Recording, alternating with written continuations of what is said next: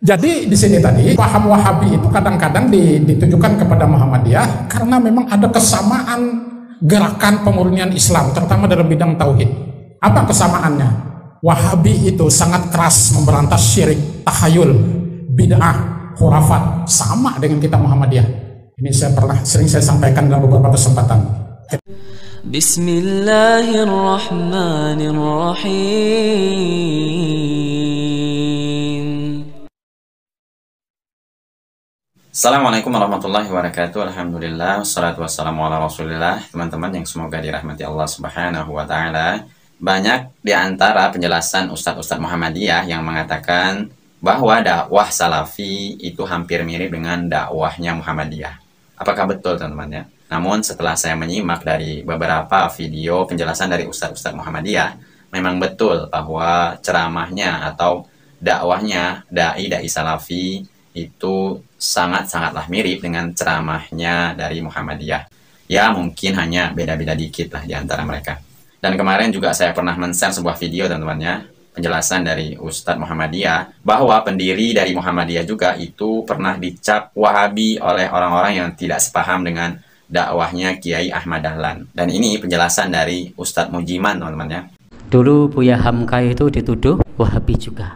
Padahal kita melihat Buya Hamka ini adalah seorang yang moderat, tapi karena tegas dalam masalah tauhid, beliau dituduh Wahabi. Dan memang jika saya memperhatikan ceramah-ceramah dari Ustadz Muhammadiyah ini memang hampir-hampir mirip lah dengan ceramah dari dai salafi. Walaupun banyak netizen yang mengatakan antara Muhammadiyah dan salafi itu sangatlah jauh berbeda katanya. Dan bahkan banyak komentar dari para netizen yang mengatakan bahwa Muhammadiyah ini sangatlah akrab dengan Ormas Nahdlatul Ulama. Namun realitanya teman-teman ya, jika saya memperhatikan dengan ucapan atau dengan ceramah-ceramah yang diungkapkan oleh Ustadz Muhammadiyah, malah banyak sekali teman-teman ya ceramah-ceramah dari Ustadz Muhammadiyah ini yang sangatlah berseberangan dengan ceramahnya dari Ustadz Nahdlatul Ulama. Meskipun para netizen sangat kekeh bahwa Muhammadiyah itu sangat akor katanya. Padahal teman-teman ya, dari dai-dai Muhammadiyah yang pernah saya tonton teman-teman ya, mereka sama sekali tidak percaya dengan khurafat. Nah itu poin pertama teman-teman ya. Padahal di Ormas Nahdlatul Ulama tersebut banyak sekali teman-teman ya ibadah-ibadah khurafat yang mereka lakukan yang ditentang oleh Ustadz Muhammadiyah. Di antaranya yaitu ya ziarah-ziarah ke makam-makam wali atau bertabaruk ke kuburan. Tentu ini sangatlah dibantah keras oleh Ustadz Muhammadiyah. Dan jika saya memperhatikan juga teman-teman ya, banyak sekali ucapan-ucapan yang diungkapkan oleh Ustadz Muhammadiyah bahwa ceramah dari Muhammadiyah ini hampir mirip dengan ceramahnya orang salafi. Selain orang salafi ini memprioritaskan tauhid yang sangat tegas. Bahkan dari ceramahnya Muhammadiyah saja, itu lebih tegasnya ceramahnya dai salafi tentang memberantas kesyirikan. Ini perkataan dari Ustadz Muhammadiyah sendiri teman-teman ya. Dan karena inilah saya mengatakan bahwa ceramah dari Muhammadiyah sangat-sangatlah mirip dengan ceramahnya dari Ustadz Salafi. Atau bisa dikatakan 11-12 lah. Dan ini dia teman-teman ya, kita simak penjelasan Ustadz Muhammadiyah yang menjelaskan deretan kesamaan antara Muhammadiyah dengan ceramahnya dai Salafi. Coba kita simak videonya dengan full teman-teman ya. Bahwa tuduhan yang mengatakan Ormas Muhammadiyah itu ceramahnya hampir mirip dengan ceramahnya Nahdlatul Ulama, kita bantah dengan penjelasan dari Ustadz Muhammadiyah ini. Dan ini dia videonya. Assalamualaikum warahmatullahi wabarakatuh. Bapak dan saudara sekalian, dengan judul mengenal aliran salafi, kita menyebutnya aliran. Sebenarnya salafi itu tidak pernah menyebut diri mereka itu aliran. Mereka tidak mengenal aliran itu. Mereka tidak mengenal sekte-sekte dalam agama itu. Tidak ada bagi salafi itu.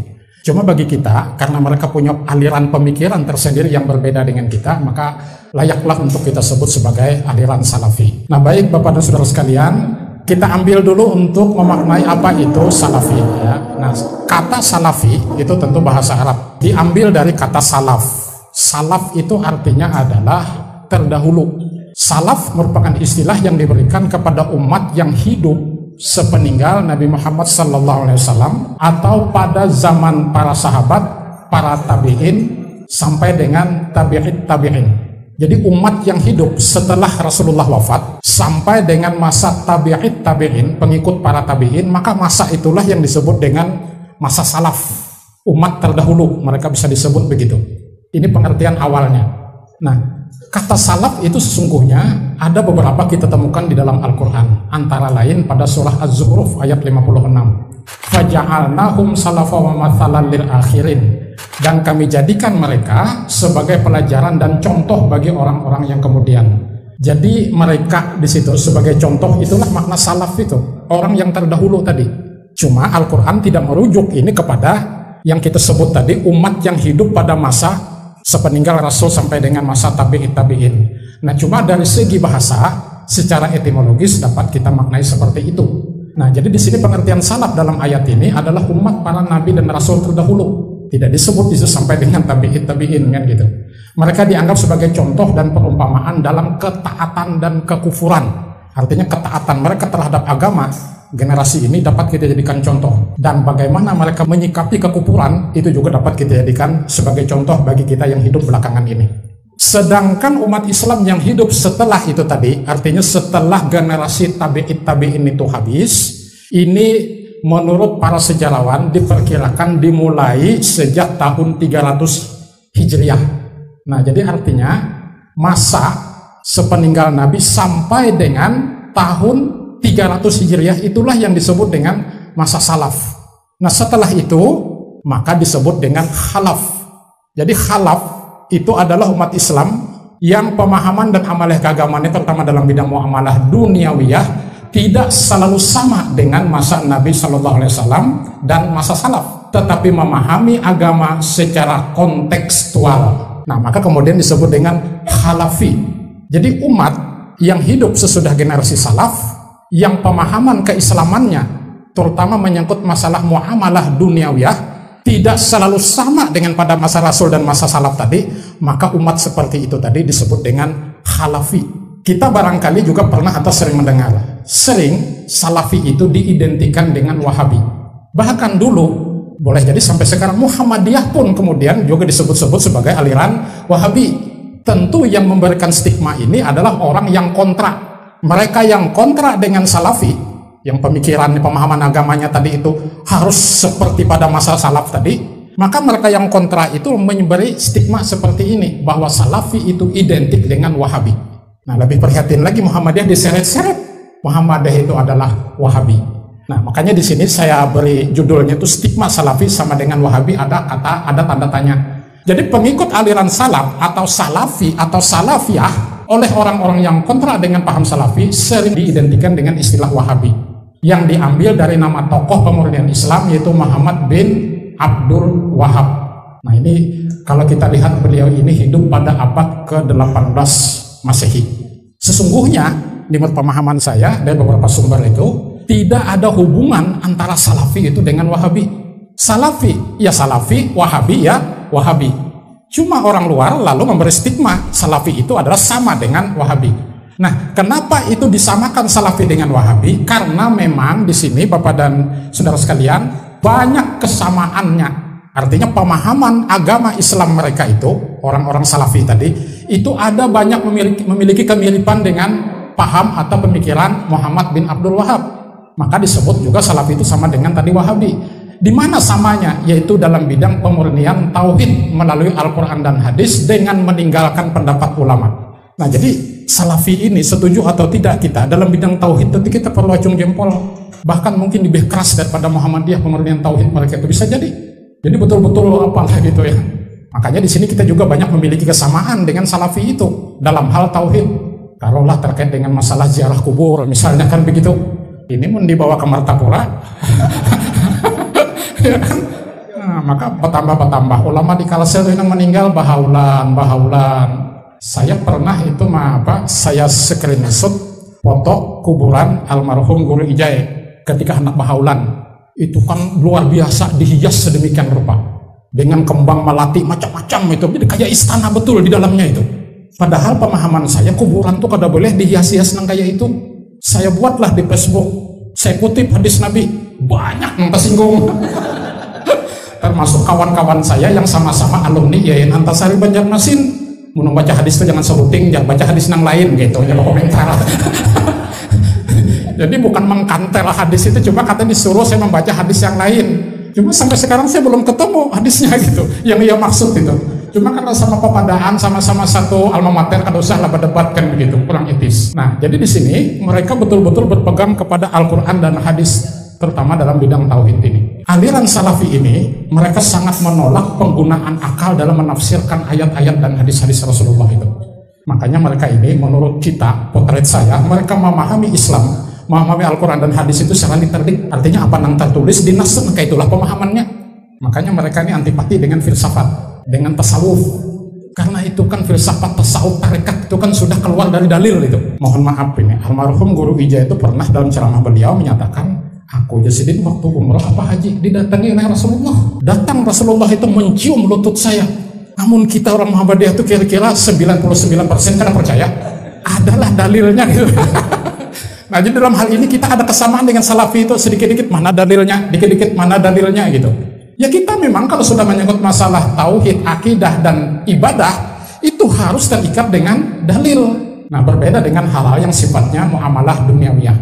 Jadi mereka ini lalu kemudian disamakan tadi dengan Wahabi karena ada kesamaan gerakan pemikiran dalam bidang pemurnian tauhid gitu.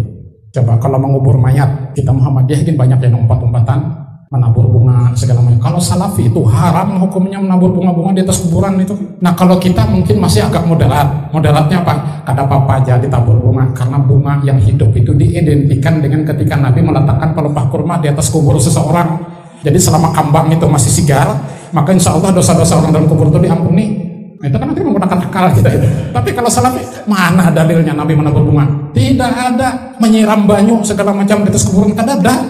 Jadi dalam hal ini kita kada kok menyalahkan Salafi. Betul itu. Nah, ini saking kuatnya memegang akidah itu. Nah, tadi juga saya singgung, kita Muhammadiyah itu juga dituduh Wahabi oleh orang luar yang tidak sepemahaman dengan kita. Nah, kenapa mereka menyebut begitu? Nah, tadi sudah disebutkan Wahabi adalah gerakan tauhid Islam yang didirikan oleh Muhammad bin Abdul Wahab. Kelompok ini banyak ditolak oleh kelompok Ahlus Sunnah wal Jamaah karena pemahaman pemurnian tauhidnya yang keras.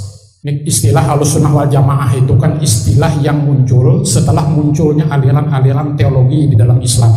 Jadi setelah Rasulullah wafat, ada hadis yang menyatakan bahwa pengganti Rasul itu adalah Ali bin Abi Thalib. Nah, kelompok umat Islam yang memegang hadis ini yang kemudian kita sebut dengan aliran Syiah itu.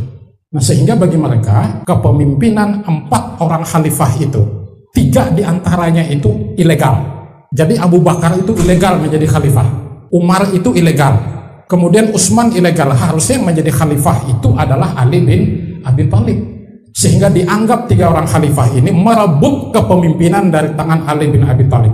Makanya aliran Syiah meskipun terbagi menjadi beberapa cabang lagi di dalamnya itu, tidak semua Syiah itu sesat.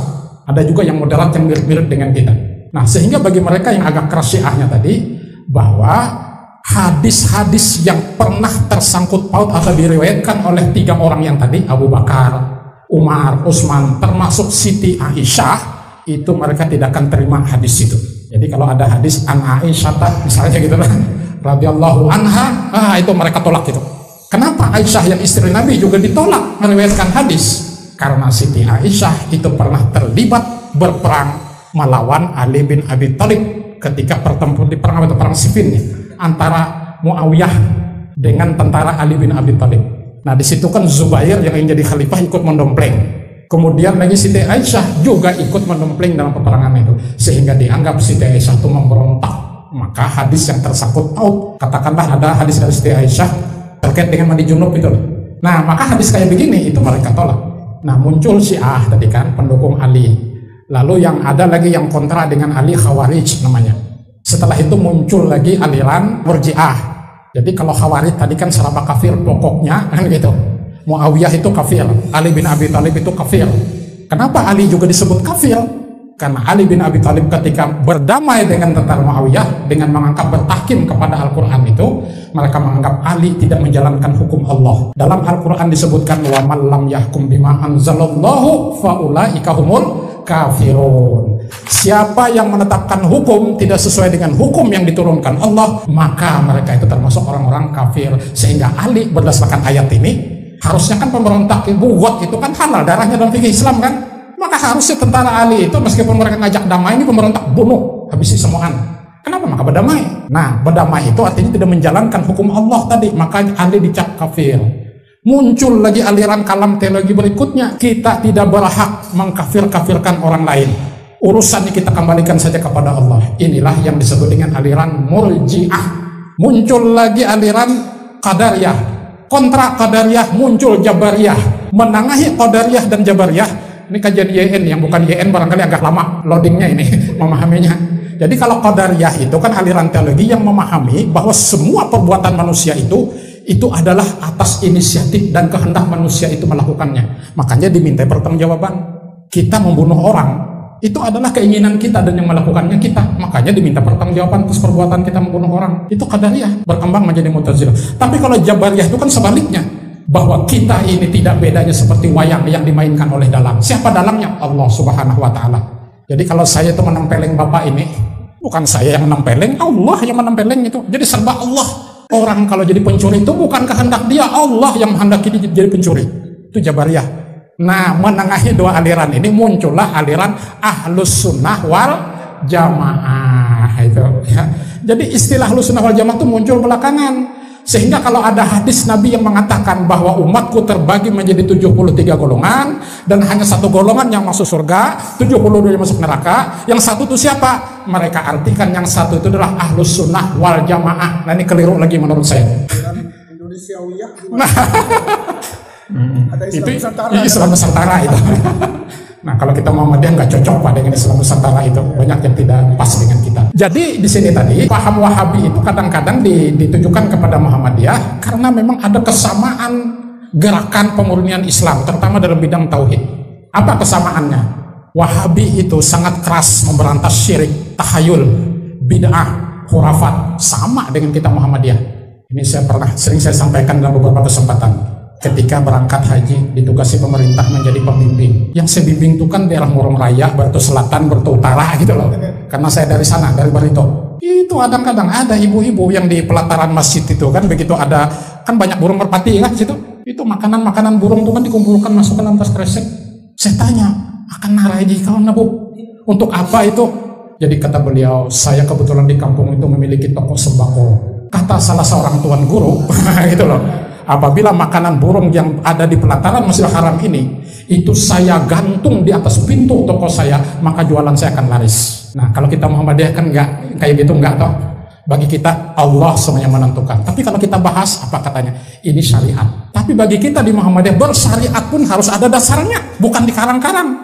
Ada contoh tidak seperti itu. Yang lebih parah lagi, beberapa hari kemudian saya ketemu dengan seorang ibu dari Barito juga.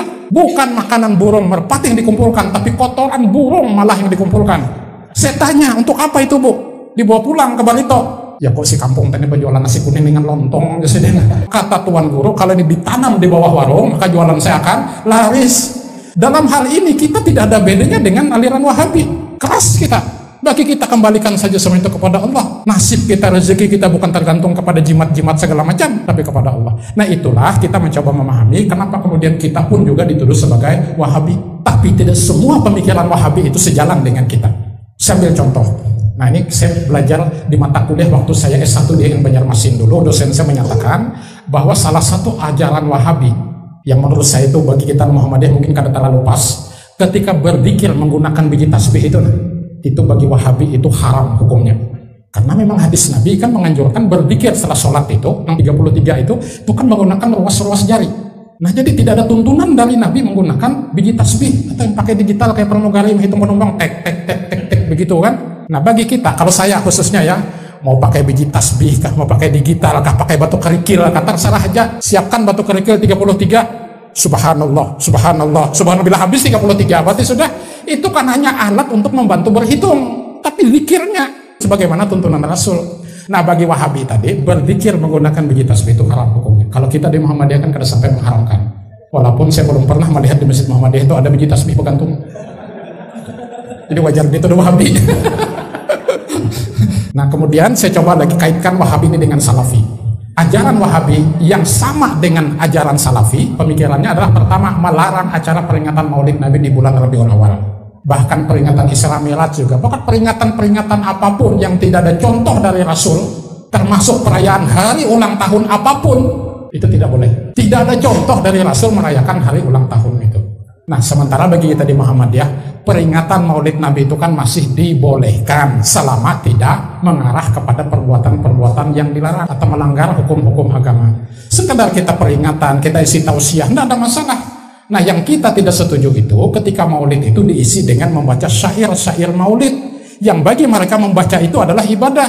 Padahal itu kan ada bedanya dengan nyanyian-nyanyian biasa. Ujar kita di Muhammadiyah. Nah, jadi kalau Salafi tadi itu mutlak gitu, peringatan Maulid Nabi SAW itu haram hukumnya. Kalau kita ada tergantung bagaimana bentuk peringatannya. Kemudian dilarang melakukan asama Isramilat tadi, dianggap bid'ah. Dilarang merokok dengan jenis apapun karena termasuk perbuatan syaitan. Kita Muhammadiyah ini mengharamkan Jepang merokok.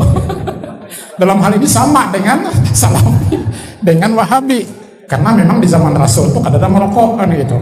Nah, bahkan dilarang ziarah ke makam Nabi. Nah, coba. Dilarang berdoa menghadap ke makam Nabi. Ini kesamaan Salafi dengan Wahabi tadi. Dilarang berzikir menggunakan biji tasbih tadi. Itu yang saya sampaikan tadi. Membangun kubah di atas makam hukumnya haram. Nah, ini sama dengan Muhammadiyah kalau ini. Karena bagi kita tidak boleh membangun bangunan apapun di atas kuburan itu. Makanya kalau kita lihat kuburan di komplek Muhammadiyah itu kan, sebagaimana contoh di zaman Rasul itu, tanah kami itu paling tinggi kan 1 jengkal gitu. Jadi kada pakai orang Banjar menyebutnya apa tuh, tangga itu pakai keramik segala macam itu. Harusnya begitu. Kemudian tidak boleh menyalakan radio, tidak boleh menyalakan gramofon, mesin yang produksi suara atau musik, termasuk di sini televisi. Nah, makanya mereka ini Salafi itu mutlak mengharamkan musik. Makanya kan sempat ribut dengan Ustadz Adi Hidayat. Nah, itu tidak perlu saya jelaskan lagi lah. Bagi kita di Muhammadiyah, musik itu tergantung hukumnya, apakah haram ataukah mubah. Ya kalau isinya nasihat kayak lagu Roma Irama sebujur bangkai kan bagus, itu apanya yang haram. Tapi kalau lagunya kayak Dewi Persik nang kata-kata ruang tampoh itu boleh, itulah haram. Menyanyinya juga menggunakan pakaian seada-adanya, mengundang maksiat. Nah, itu yang kita haramkan. Ya, kalau haram berarti kada boleh jual lagu Sang Surya ketika pembukaan acara kemarin kan gitu. Tidak boleh lagu Indonesia Raya. Nah, ini yang kesamaan Wahabi dengan Salafi itu. Tidak memperbolehkan kasidah karena termasuk musik tadi. Tidak boleh melakukan bacaan Al-Quran. Nah, coba. Jadi kalau dilakukan tuh kayak apa lah, sementara di Masjidil Haram. Orang Saudi itu kan Wahabi. Tapi ya mungkin ada perkembangan sekarang. Dulu perempuan itu hanya sektor domestik, kan sekarang boleh di sektor publik di Arab Saudi itu. Bahkan mungkin jadi tentara pun boleh sudah sekarang.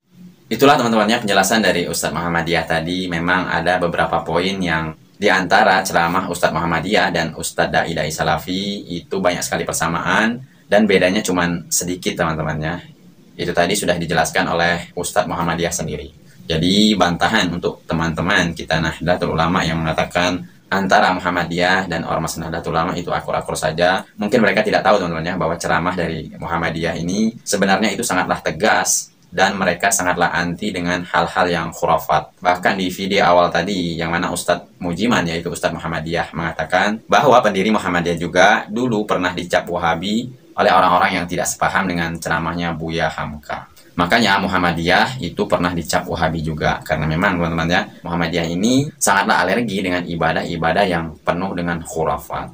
Oke teman-teman ya, semoga video saya ini bermanfaat dan menjadi wawasan untuk kita. Kita beribadah harus mengikuti dalil teman-teman ya. Seperti apa yang diungkapkan oleh Ustadz Muhammadiyah tadi. Bagaimana mungkin kita bisa melakukan suatu ibadah tanpa dilandasi dalil Al-Quran dan hadis Nabi SAW. Sallallahu ala Nabi Muhammad, subhanakallahumma bihamdika, asyhadu an la ilaha illa anta astaghfiruka wa atubu ilaik. Assalamualaikum warahmatullahi wabarakatuh.